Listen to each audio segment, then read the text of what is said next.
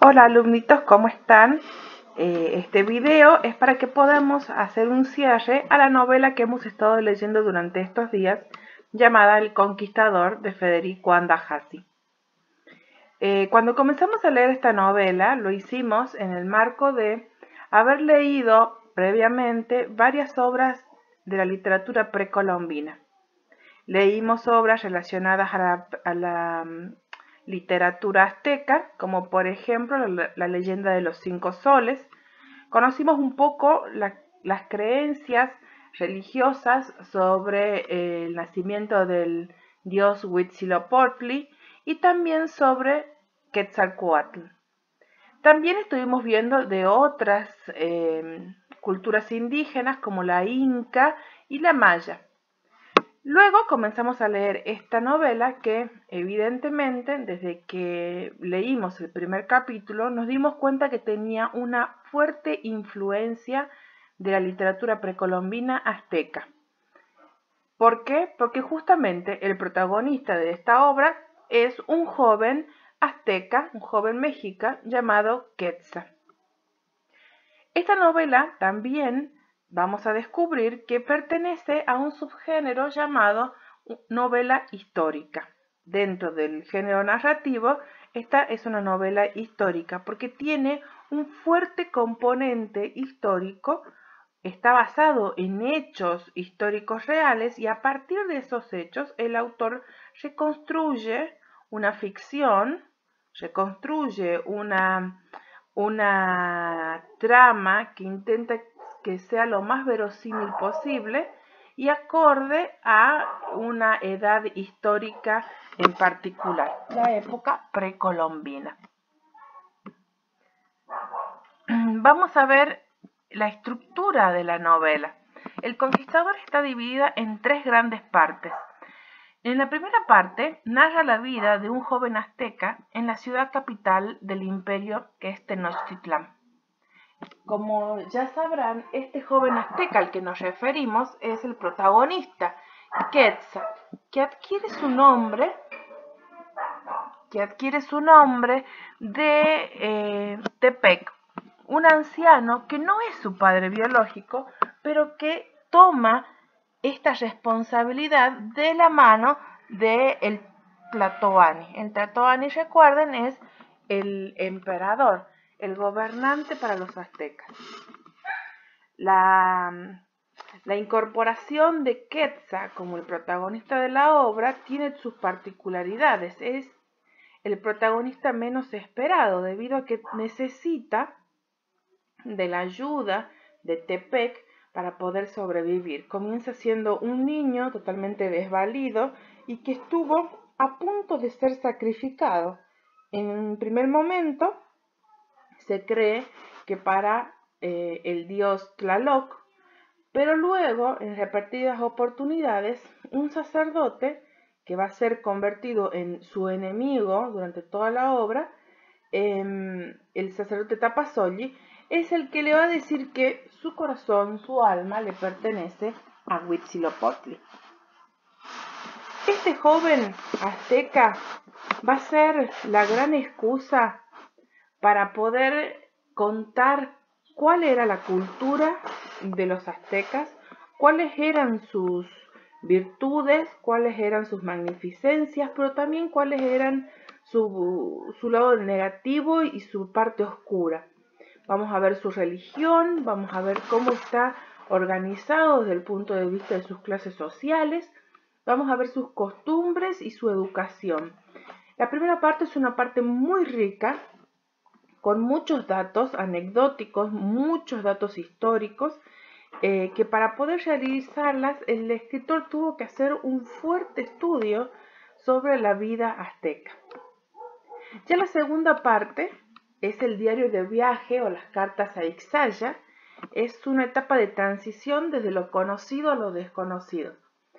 Pero esta parte desconocida a la que se va a acercar Quetzal durante la segunda parte es una parte dentro de su propio reino o dentro de su propio mundo conocido, que es el mundo indígena, el mundo de las comunidades indígenas que vivían alrededor del Imperio Azteca, para luego acercarse a otro mundo.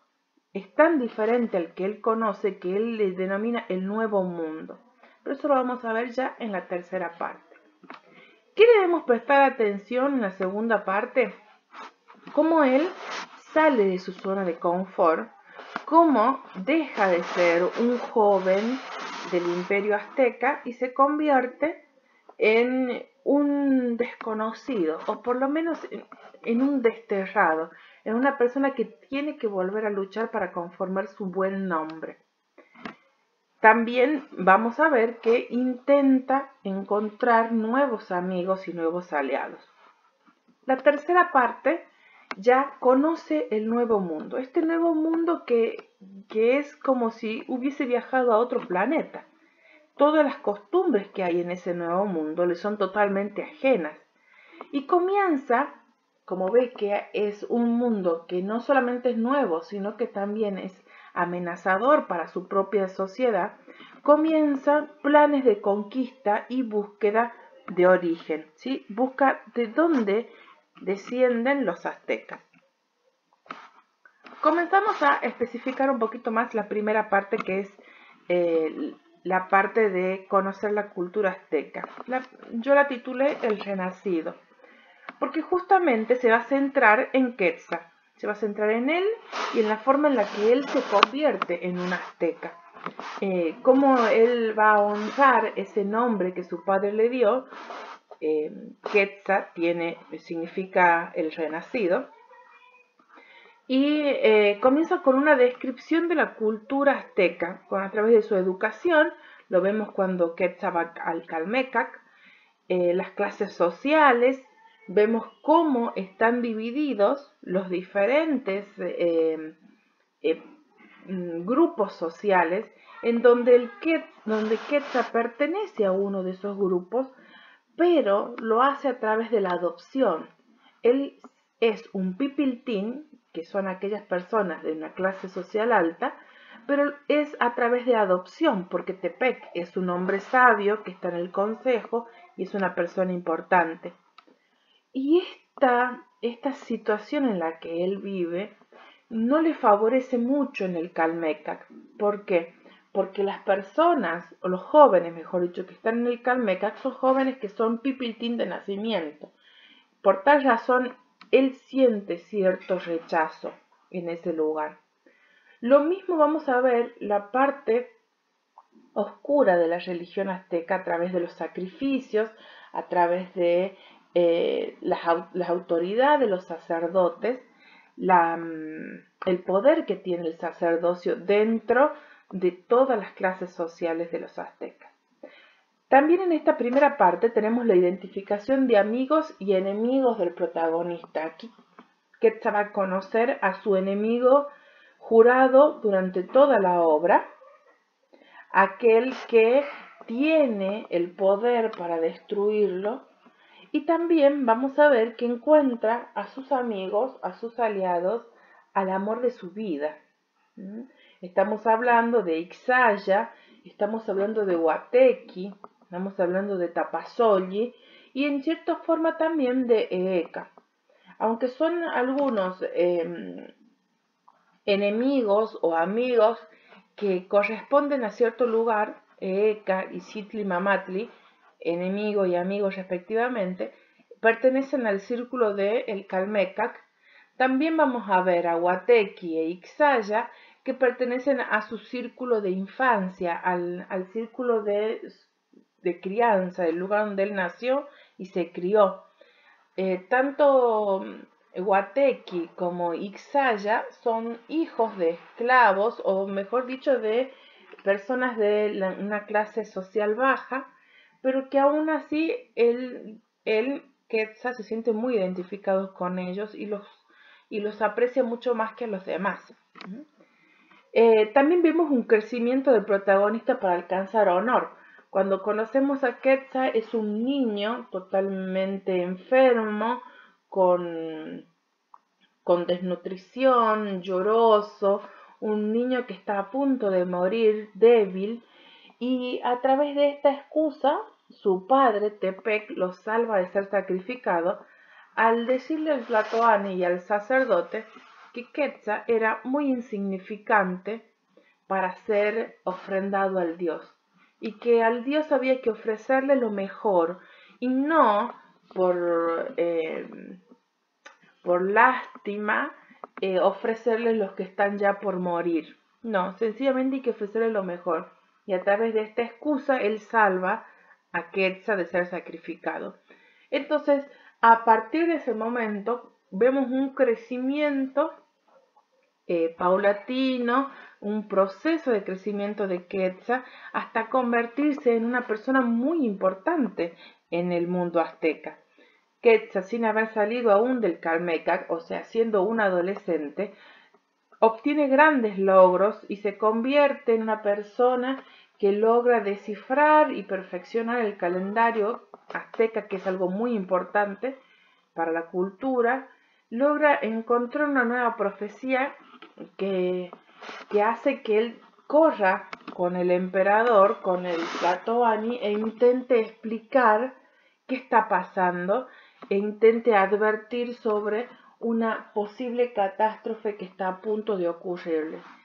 Estos síntomas de grandeza, esta capacidad de Quetzal para mejorar la ciudad, para mejorar el calendario, para hacer profecías, ya lo aleja muchísimo de la imagen de el jovencito o el niñito que estaba enfermo y era insignificante para los dioses. Y por tal razón, esta grandeza y esta honra que obtiene Quetzal lo lleva a ser una nueva víctima del dios, porque Tapasoli, su gran enemigo, regresa y dice, bueno, no dejaron que yo lo sacrificara cuando era un niño porque era insignificante. Ahora que se ha convertido en un joven fuerte, inteligente, honrado, capaz, ahora sí es digno de ser sacrificado.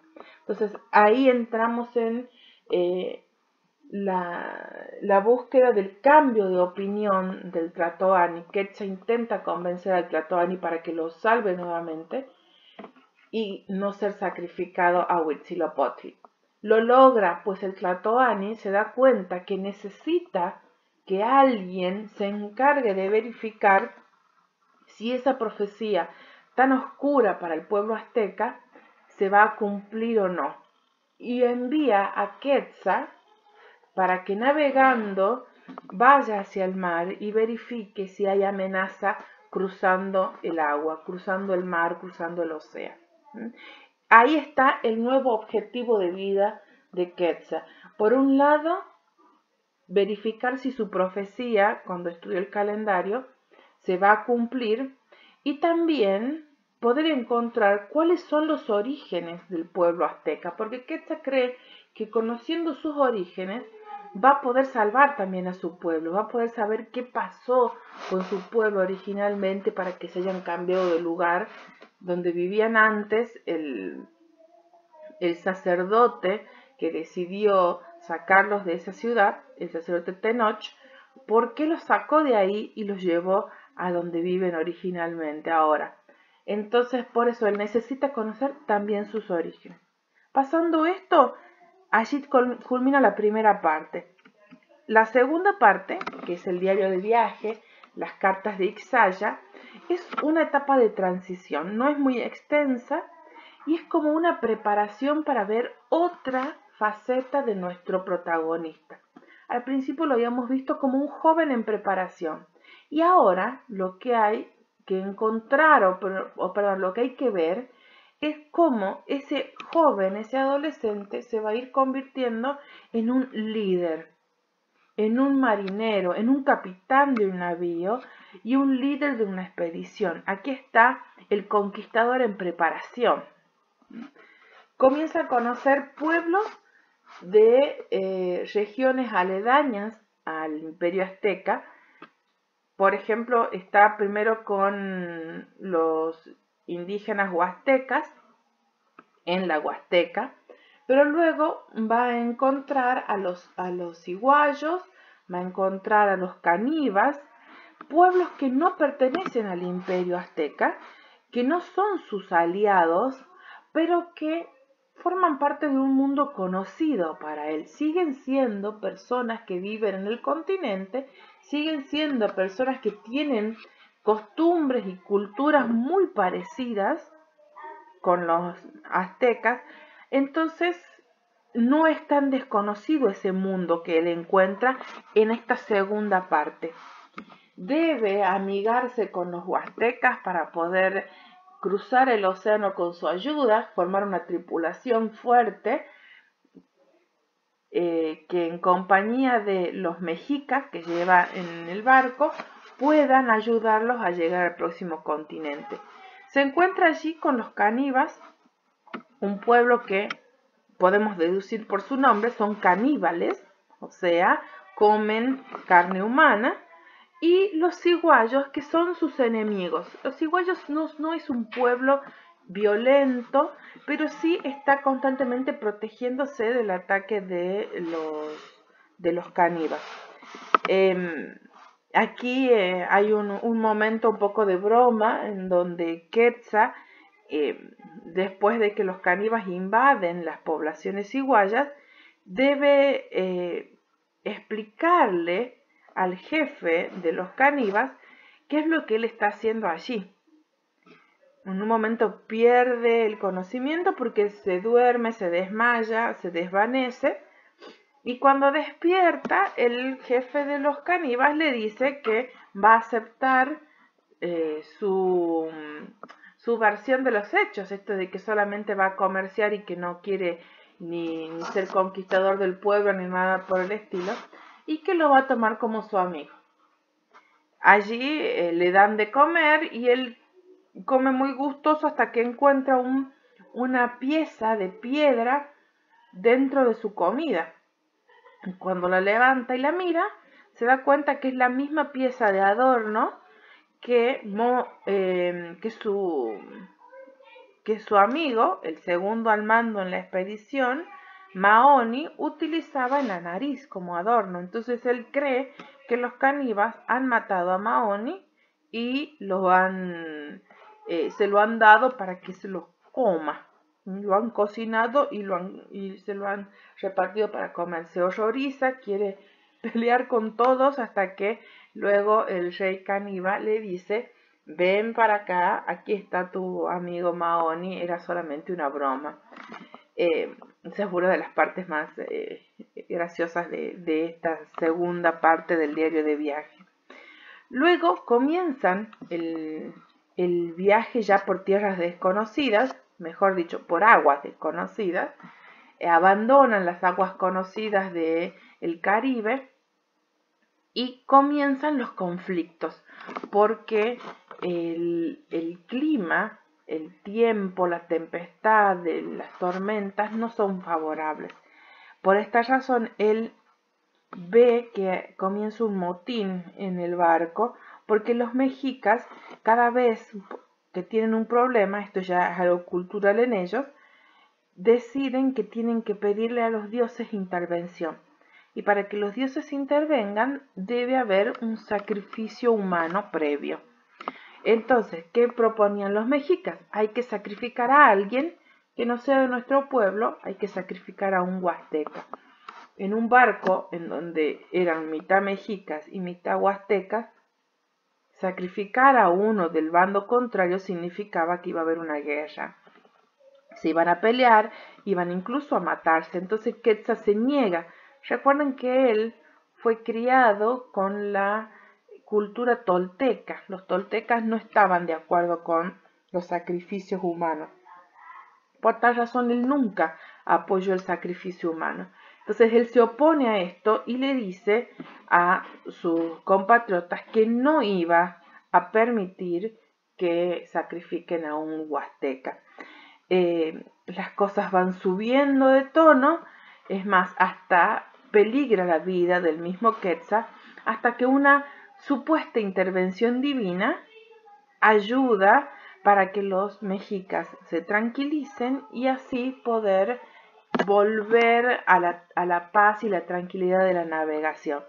Transcurren los días y se van quedando sin comida, se van quedando sin agua dulce. se van quedando sin esperanzas de conseguir nueva tierra hasta que, sin darse cuenta, pueden ver en el horizonte una línea de tierra que les avisa que han llegado a ese territorio desconocido que tanto buscaban. Ahí sí termina la segunda parte. Si la segunda parte fue la preparación del conquistador, la tercera parte es directamente conocer la mentalidad de un conquistador. Esta tercera parte es la que le da mayor sentido al título de la obra. Comienza la mirada de Quetzal a un nuevo mundo, llegan a un nuevo mundo, llegan a Huelva, a la que él le pone la tierra de los conejos, Tenochtitlan, porque cuando llegan y pisan tierra, lo primero que hacen es buscar comida y ven a los pobladores del lugar que horrorizados huyen al verlos a ellos, todos llenos de sangre porque han comido un animal crudo, todos desnudos porque su ropa habitual era apenas un taparrabo. Entonces los habitantes que lo ven salen horrorizados y él los bautiza como conejos, Tenochtitlan. Hay una descripción muy importante y muy llamativa de las grandes culturas europeas. Vamos a ver que transita por la cultura española, por los franceses y por los italianos, y a los ingleses, si bien no llega a tierra inglesa, los va a ir describiendo, ¿sí? Por ahí cuando hable de los franceses también al mismo tiempo habla de los ingleses. A los españoles, por ejemplo, dice que se caracterizan por ser personas muy codiciosas, mientras que los franceses son personas muy resentidas, que constantemente se quieren comparar con los ingleses, mientras que los italianos son personas muy francas, que viven el día a día, más desenvueltas, sin tantas preocupaciones. Entonces va a ir conociendo diferentes ciudades y a cada ciudad que va a ir conociendo va pensando al mismo tiempo un plan de conquista para esa ciudad. Va pensando cómo puede hacer para que el Imperio Mexica aborde en esa ciudad, para que el Imperio Mexica ataque, conquiste y se haga dueño de esa ciudad. Al mismo tiempo va pensando cómo va a comprar a cierta persona, cómo va a conquistar el corazón de la gente, va viendo los pros y los contras de cada una de las ciudades.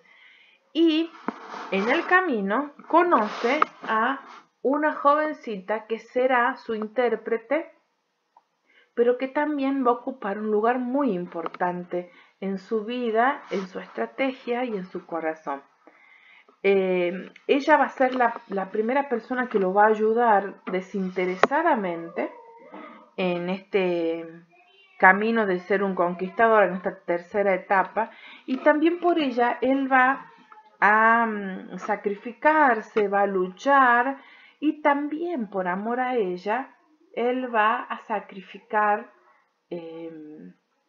parte de su vida, o por lo menos va a dejar de lado sus intereses y va a pensar en los intereses de ella, ¿sí?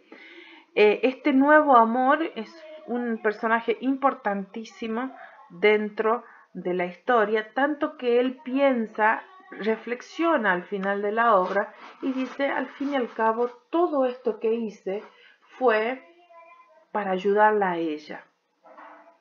Fue para regresarla a ella a sus orígenes. Hay una frase muy importante en los capítulos finales que dice, se viaja para volver. Viajo, hago todo un proceso de movimiento, de crecimiento, de movilidad de un lado para el otro, en realidad para volver a mis orígenes, para volver a ser lo que en un principio era. Él busca Aztlán, busca el lugar en donde se originaron los aztecas, y con la ayuda de esta dama de la que él se enamora, tiene un pantallazo de cuáles fueron sus orígenes, ¿sí? Pero, lamentablemente, a pesar de que él lleva pruebas, a pesar de que él lleva animales en una carabela, lleva armas, lleva muchos elementos que prueban la existencia de una civilización y de una cultura más allá del mar, cuando emprende el viaje de vuelta, se da con que no va a poder probar absolutamente nada, porque la naturaleza en el medio del mar le quita todas las pruebas que él tiene sobre la existencia de un nuevo mundo. Entonces, sin afán de adelantarles el final, para los que ya han leído la novela, ya sabrán a qué me refiero.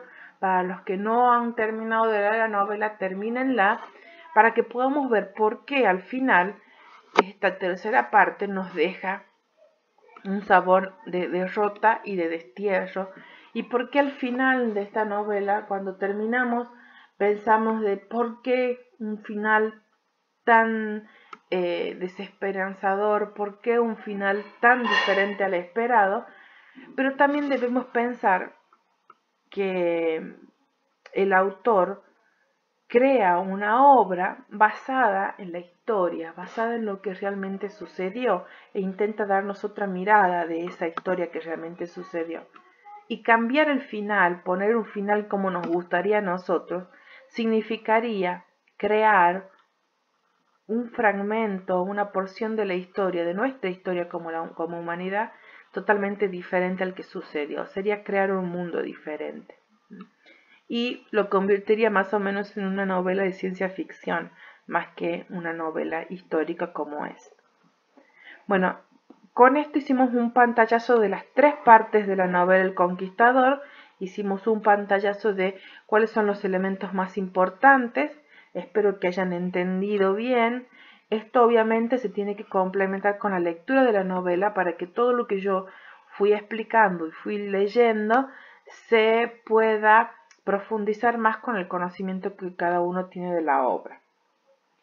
Pero comenzamos diciendo que El Conquistador era una novela histórica. ¿Por qué consideramos a El Conquistador como una novela histórica? Vamos a ver qué es una novela histórica. Una novela histórica es una construcción artística, imaginaria, que ofrece una visión verosímil de una época lejana, recreando sucesos, costumbres y creencias con fidelidad a los hechos históricos. Debemos pensar entonces con el principio de esta definición y debemos tener bien en claro que es una construcción artística imaginaria. Como todo texto literario, lo que se está contando es ficción. Pero la novela histórica tiene como característica que esa ficción intenta recrear un suceso histórico o una edad histórica con todas sus costumbres, con todas sus creencias, con todas sus ideologías, e intenta ser lo más verosímil, lo más fiel posible a ese momento histórico. Es así que la historia que se está contando, en este caso la historia de Quetzal y de todos sus avances, es tan importante como el contexto en el que está introducida la historia. Contar la historia de Quetzal es solamente una excusa para también contar la vida, la forma de vivir, las costumbres, las ideologías del pueblo azteca, el pensamiento del pueblo indígena. ¿Sí? Entonces, la novela histórica tiene ese 50 y 50. 50% la intención de contar la historia y el otro 50% la intención de contar el hecho histórico y el momento, ambiente histórico en el que está introducida la historia de los personajes. Siempre es creada o producida en una época diferente al momento histórico narrado. Traducción. Para yo poder crear una novela histórica, siempre tiene que ser basado en un hecho que ya sucedió hace mucho tiempo y que por tal razón no me afecta directamente a mí como autor. No podría yo escribir una novela histórica, por ejemplo, de algo que está sucediendo en la actualidad como el coronavirus o la cuarentena. No podría hacerlo porque es algo que me está afectando a mí directamente y que está sucediendo en este momento. Sí podría escribir una novela histórica sobre, por ejemplo, los hechos sucedidos en la semana de mayo de 1810, porque son hechos históricos, hechos que ya han pasado hace mucho tiempo. Las características fundamentales, y vamos a ir haciendo un rápido paralelo con lo que sucede en la novela El Conquistador. Las características fundamentales de toda novela histórica son, primero, que hay un acontecimiento histórico secundario y olvidado, el cual el autor decide traerlo a la luz, sacarlo de la oscuridad o de ese olvido y traerlo a la luz y contarlo. Intenta mostrar una inclusión de lo olvidado, lo que no se tuvo en cuenta dentro de la historia. Pensemos esto desde el punto de vista del conquistador. Desde que vamos al jardín, primaria y secundaria, nos han contado la historia de Cristóbal Colón que descubrió América, cómo la reina Isabel lo envió hacia el mar buscando indias y llegó a América. Pero son muy pocos o inexistentes aquellos textos en el cual nos cuentan cómo era la vida de la cultura indígena antes de la llegada de Colón, cuál era su idiosincrasia, cuál era su punto de vista. Entonces lo que hace este autor es tomar ese aspecto oscuro y olvidado del hecho histórico, que es cómo era la vida de los indígenas antes, y nos lo muestra para que nosotros lo conozcamos. Obviamente que lo muestra a través de la ficción, pero nos lo muestra igualmente. La segunda característica, hay una ficcionalización de personajes históricos. Para que sea más creíble, más verosímil, los grandes autores de novelas históricas incluyen personajes históricos relevantes de la época para que nosotros podamos decir, sí, mirá, aparece este personaje, sí, es entendible, es coherente la historia que nos están contando, ¿sí? Estos personajes y hechos históricos se van a mezclar con la ficción de personajes imaginarios. Lo pensemos en la novela El Conquistador. Cuando Quetzal llega al Nuevo Mundo, va a encontrar una sociedad española que está bloqueada comercialmente por culpa de su guerra con los moros. Él constantemente, en los primeros capítulos de la tercera parte, habla de la necesidad de los españoles por conseguir una nueva ruta para poder llegar a India y a todos los pueblos con los que ellos comercian, pero que no pueden llegar porque los moros les están poniendo barreras. Ese es un hecho histórico muy conocido. También es muy conocido los personajes que intentan destruir ese bloqueo. Entonces vamos a ver que en la novela hay un personaje muy importante como la mismísima reina Isabel la Católica, que habla con Quetzal. Bueno, estos elementos son introducidos en la novela para mostrar mayor fidelidad, mayor verosimilitud, o sea, intentar ser más parecidos o más similares a la verdad. También necesita toda novela histórica un estudio documental. Esto ya es por parte del autor. Al momento de sentarse a escribir, ya tiene que tener en su cabeza, en su mente, todo un bagaje de conocimiento documental sobre la época, para no cometer errores, para no decir cosas imprecisas. Se narran hechos que el autor, buscando ser lo más fidedigno posible, investigó para darle más credibilidad al relato. No puedo estar hablando de la época indígena precolombina y poner en el medio de la historia que un indígena o un azteca se está mirando al espejo, por ejemplo, o está por mandar un email cosas totalmente imposibles para realizar en la época. Entonces se necesita hacer una documentación, estudiar bien cómo es la época para que sea lo más fidedigno posible al momento de narrarla. Por último, hay trabajos con intertextos. En este nuevo género aparecen géneros anteriores, tipos de producción textual que ya no son tan conocidos en nuestra época o que por lo menos eran muy conocidos en la época o muy utilizados en la época en la que está ambientada la historia. Entonces por eso tenemos toda una segunda parte que es un diario de viaje.